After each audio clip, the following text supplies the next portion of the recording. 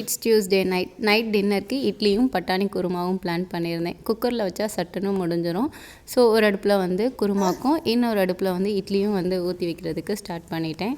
இன்றைக்கி பட்டாணி குருமாவுக்கு வந்து பிரியாணி ஸ்பைசஸ் எதுவும் ஆட் பண்ண போகிறதில்ல. அந்த ஃப்ளேவர் எங்களுக்கு வந்து பிடிக்காது. ஸோ சிம்பிளாக வந்து குக்கரில் ஆயில் ஹீட் ஆனதும் பெரிய வெங்காயம் 2 வந்து கட் பண்ணி ஆட் பண்ணியிருக்கேன். இது கூட ஒரு கொத்து கருவேப்பிலையும் சேர்த்து நல்லா வதக்கிக்கலாம்.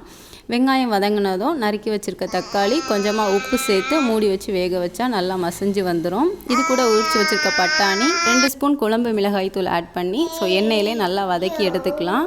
கொஞ்சமாக தண்ணி சேர்த்து எண்ணெய் பிரிஞ்சு வரட்டும். இந்த கேப்பில் தேங்காய் வந்து நல்லா பேஸ்ட்டாக வந்து அரைச்சி எடுத்து குழம்போடு வந்து ஆட் பண்ணிக்கலாம்.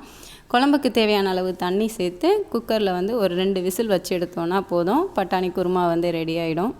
இன்றைக்கி டின்னர் ஒர்க் ஒரு 7 o'clock முன்னாடியெல்லாம் முடிஞ்சிருச்சு. இதுக்கப்புறமா தம்பியை சாப்பிட வச்சுட்டு தூங்க வைக்கணும். நாளைக்கு வேறு ஒரு வீடியோவில் பார்க்கலாம். பாய்.